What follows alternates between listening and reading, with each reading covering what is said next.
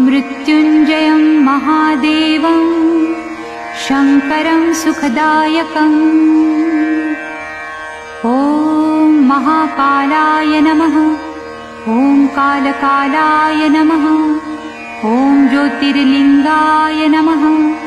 ॐ लिङ्गरूपाय नमः। ॐ महालिङ्गाय नमः। ॐ महाभूताय नमः। ॐ भूतनाथाय नमः। ॐ आदिनाथाय नमः। ॐ आशुतोषाय नमः। ॐ अमृताय नमः। ॐ पञ्चवक्त्राय नमः। ॐ त्रिनेत्राय नमः। ॐ त्रिशूलधराय नमः। ॐ वृषभध्वजाय नमः। ॐ विषधराय नमः। ॐ बिल्वधराय नमः। ॐ जटाधराय नमः।